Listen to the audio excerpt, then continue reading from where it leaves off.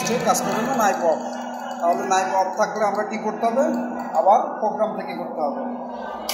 সুইচটা অফ করলাম,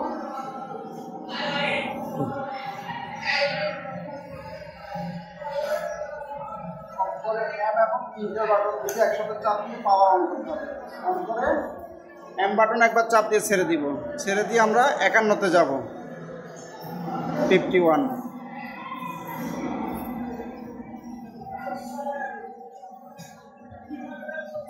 আসছে। এখন আমরা ইন্টার বাটন একবার চাপ দিলাম, আবার দ্বিতীয়বার চাপ দিব, এটা হলো সেট। এখন আবার পাওয়ার অফ করে দিব।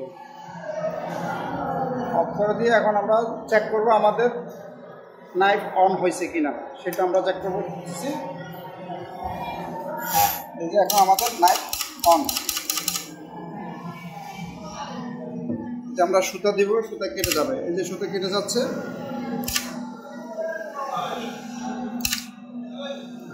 যেভাবে আমরা প্রোগ্রামে ঢুকবো, এখন আমাদের